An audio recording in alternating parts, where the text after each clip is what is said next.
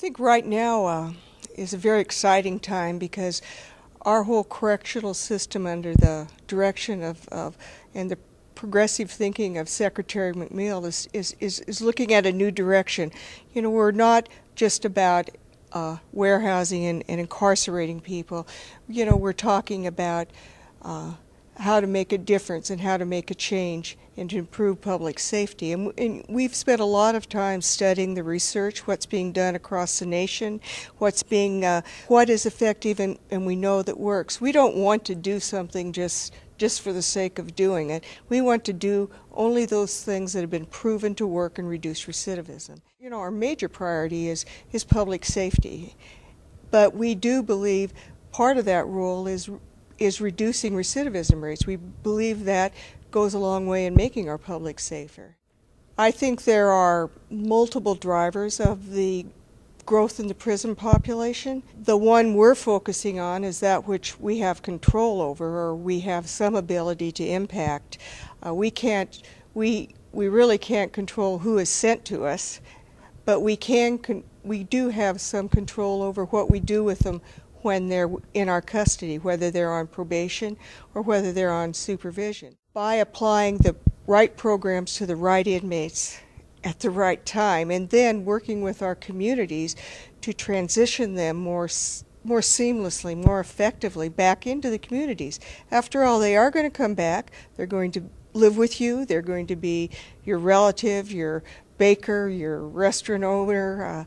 You know, they are part of our community, and we would rather they were returned to the community as successful law-abiding citizens, as criminals that are going to re-victimize folks. We could do more and probably do it better if we had some minimal resources to help us provide those core programs, the academic programs, the substance abuse programs, that transition assistance, helping them work with their families prior to their release, starting to make their families come into the prison system, parenting skills, all those kinds of things that sound pretty basic, but they're so important when somebody leaves the prison system.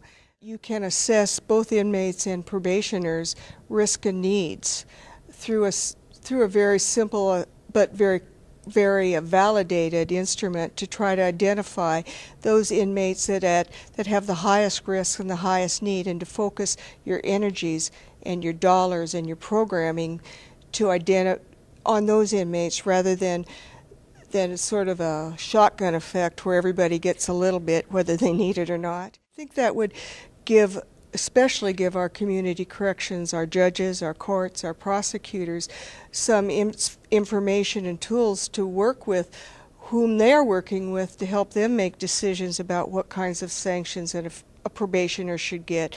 You know, how long should he be? Should he be on house arrest? Should he be on regular probation? You know, should he go to X program or Y program? Over the last 15 years have been evaluating our programs internally, and we've been fortunate enough to have them evaluated by independent researchers. And we found all the time we found them to be cost effective, and they've also been found to significantly reduce recidivism. We know that the cost of the program is much less than the cost of an inmate that recidivates. We know it's far more expensive to send an inmate to prison than it is to provide them the services that will prevent them to go back. We think it's a good investment because it reduces recidivism and reduces the cost to the state.